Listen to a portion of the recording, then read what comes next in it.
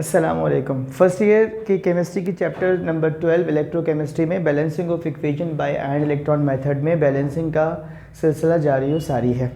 इससे पहले की वीडियोस में आपने मेरी 4 लेक्चर्स में ऑक्सीडेशन नंबर की डेफिनेशन या ऑक्सीडेशन स्टेट की डेफिनेशन, हर लेक्चर में मैंने 12 कंपाउंड और आयन में मौजूद एलिमेंट्स या एटम्स की ऑक्सीडेशन नंबर निकालना आपको सिखाया है।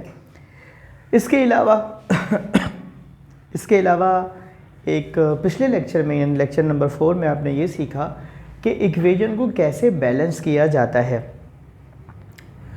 अब बलिहाज मीडियम, अगर इक्वेशन आपकी हो एसिडिक मीडियम तो रूल्स कुछ और हैं, अगर हो बेसिक मीडियम तो रूल्स कुछ और हैं। ठीक है, 5 रूल्स हैं एसिडिक मीडियम के, 4 रूल्स हैं बेसिक मीडियम के। तो आज से हम इक्वेशन को बैलेंस करने जा रहे हैं और जो हमारी पहली इक्वेशन है इसको देखकर आपको बताते हैं कि एग्ज़ाम में अगर ये इक्वेशन आ जाए तो ये फ़ैसला कैसे हो पाएगा कि ये इक्वेशन एसिडिक है या बेसिक है, उसकी पहचान क्या है वो देखें। मैंने आपसे कहा था कि इक्वेशन में कोई एसिड होना चाहिए रिएक्टर साइड पर तो एसिडिक, H पॉजिटिव होना चाहिए तो एसिडिक, एरो मार्क के ऊपर H पॉजिटिव होना चाहिए तो एसिडिक, साइड में लिखा हो एसिडिक मीडियम तो एसिडिक, और अगर कुछ ना लिखा हो इन चारों बातों में से तो भी एसिडिक। तो देखिए वो चारों बातें नहीं हैं, मसलन ना ये एसिड है एल्यूमिनियम और कॉपर आयन, ना यहाँ H पॉजिटिव लिखा है, ना एरो के ऊपर H पॉजिटिव लिखा है, ना साइड में एसिडिक मीडियम लिखा है। तो फिर ये क्या है? ये पहेली है एसिडिक मीडियम की। ठीक है, इन एसिडिक मीडियम हमने पढ़ा था, एसिडिक मीडियम में hydrogen is balanced by H positive ion, यानी जहाँ हाइड्रोजन की कमी होगी हम उसे पूरा करेंगे H पॉजिटिव से। Oxygen is balanced by water molecule और negative charge is balanced by electron. ये बात हमने पढ़ी थी कब? जब मीडियम आपका क्या होता है? Acidic medium.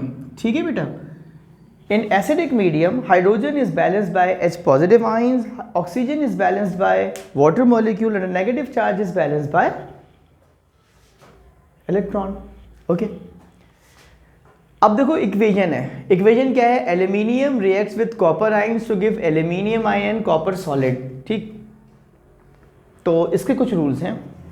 रूल नंबर 1 ये कहता है split the reaction into 2 halves, anodic for oxidation, cathodic for reduction. आपने रिएक्शन को, इक्वेशन को 2 हिस्सों में तोड़ना है। ऑक्सीडेशन को बोलते हैं एनोडिक पार्ट, रिडक्शन वाले पार्ट को बोलते हैं हम cathodic part. I repeat, split the reaction into 2 halves, anodic for oxidation, cathodic for reduction. Okay, aluminium को एल्यूमिनियम के लिहाज से देखिए कि एल्यूमिनियम पहले क्या था? न्यूट्रल 0, और अब क्या हो गया? +5 +3। इसका मतलब क्या हुआ कि एल्यूमिनियम का ऑक्सीडेशन नंबर बढ़ गया। Increase in positive charge is oxidation. Okay, अब कॉपर को देखते हैं। कॉपर के साथ, कॉपर पहले +2 था, अब क्या हो गया? 0, यानी न्यूट्रल। तो इसका पॉजिटिव चार्ज क्या हो गया? Decrease. Decrease in positive charge is reduction. सही है, फिर दोबारा समझ लीजिए, एल्यूमिनियम का चार्ज था 0 और ये हो गया +3। पॉजिटिव चार्ज का बढ़ना बेटे ऑक्सीडेशन होता है, और देखिए ये कॉपर +2 है, ये हो गया 0। पॉजिटिव चार्ज का कम होना कहलाता है रिडक्शन। तो हम एल्यूमिनियम को यहाँ लिखेंगे क्योंकि एल्यूमिनियम की ऑक्सीडेशन हुई है, और कॉपर को इधर लिख देंगे क्योंकि कॉपर की क्या हो गई है? रिडक्शन। ओके, तो अब इसको ऐसे लिख देते हैं, एल्यूमिनियम एरो मार्क एल्यूमिनियम +3। ठीक है बेटा, और यहाँ लिखेंगे copper +2 arrow mark copper neutral. अब ये न्यूट्रल आप लिखें ना लिखें, दिमाग में लिखा हुआ होना चाहिए। ठीक, तो मैं इसको यहाँ से हटा देता हूँ क्योंकि एग्जाम में आपको ये कंफ्यूज ना करे। आपकी याददाश्त को दोहराने के लिए अपनी मेमोरी को रिकॉल कर लें। हमने बोला था मीडियम अगर हमारा एसिडिक होगा हम हाइड्रोजन को बैलेंस करेंगे H पॉजिटिव आयन से, ऑक्सीजन को वाटर से, नेगेटिव चार्ज को इलेक्ट्रॉन से। अगर यहाँ हाइड्रोजन नहीं है, यहाँ हाइड्रोजन नहीं है, तो हम हाइड्रोजन आयन की हमें लगाने की ज़रूरत नहीं है। ऑक्सीजन का कोई चक्कर नहीं है तो हमें वाटर लगाने की ज़रूरत नहीं है। लेकिन नेगेटिव चार्ज की यहाँ पर प्रॉब्लम है। कैसे? यह है +3 और यह है 0, तो पॉजिटिव चार्ज किस तरफ ज़्यादा है? हमारे यहाँ अब्दुल समद साहब यहाँ बैठे हैं और उन्होंने मुझसे कहा कि सर पॉजिटिव चार्ज यहाँ ज़्यादा है +3 और यहाँ पर है 0। Thank you Abdul Samad, very good. अब आप ये भी सुन लीजिए कि जहाँ पॉजिटिव चार्ज ज़्यादा होगा इलेक्ट्रॉन उसी सिमत में लगाए जाएंगे और इलेक्ट्रॉन उतने ही लगाए जाएंगे जितना पॉजिटिव चार्ज ज़्यादा होगा। मैंने दो बातें कही हैं। क्या?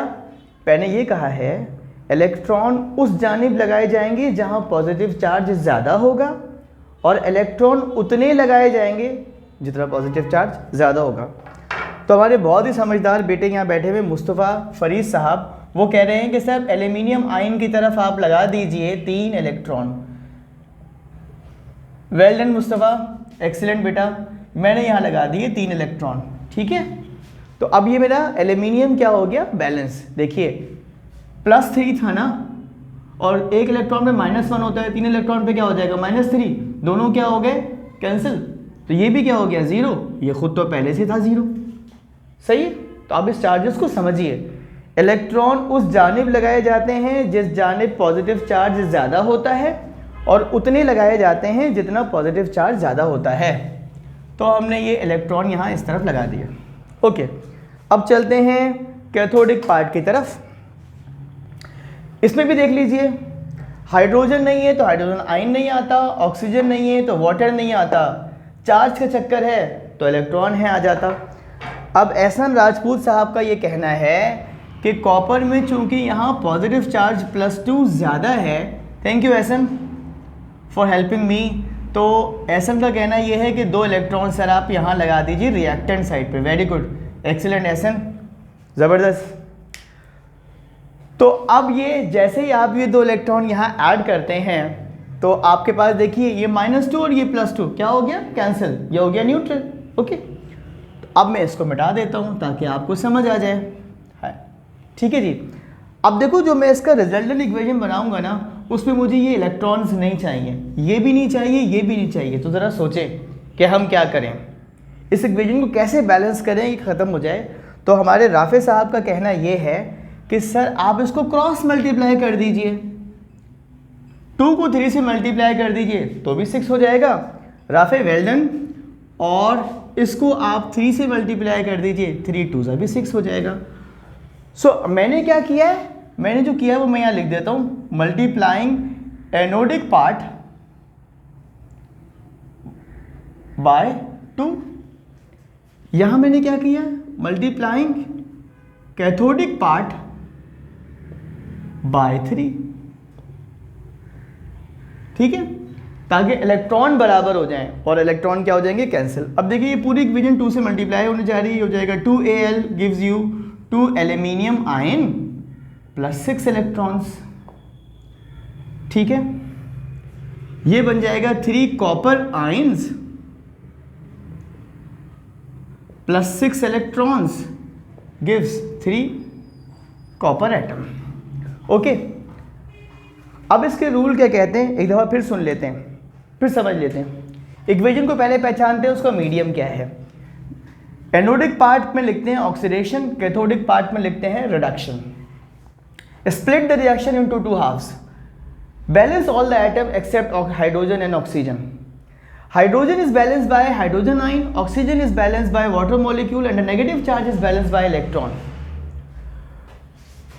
Put the electron at that side which is deficient in negative charge. जिस तरह पॉजिटिव चार्ज ज़्यादा हो वहाँ पर इलेक्ट्रॉन लगा दीजिए। Cross multiply so that the electron should be cancel out. Cross multiply by a suitable number.